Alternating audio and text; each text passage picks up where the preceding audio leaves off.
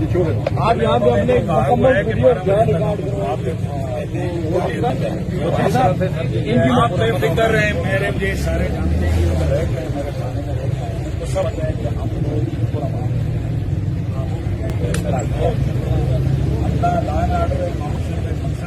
आप उससे बात कर रहे और बात कर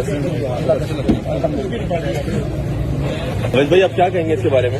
यार दुख हो रहा है यार, मैंने तो बड़ा बहादुर आदमी एक्सपेक्ट किया है, जो रिएक्शन आ रहा है दुख हो रहा है। क्या उन्होंने बैठने से मना कर दिया?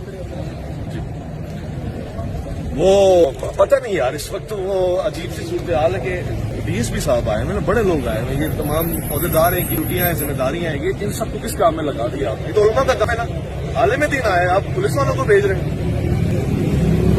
सोच की बात। फिर आप कहते हैं जी हमारे से कोई सपोर्ट नहीं है।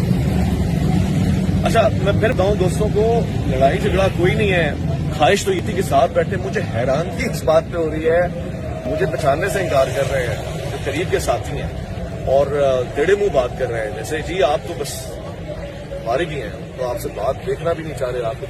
मैंने पकड़ के झंझोड़ के एक बंदे को कहा तू हम दोस्त हैं भाई, हम आते रहे।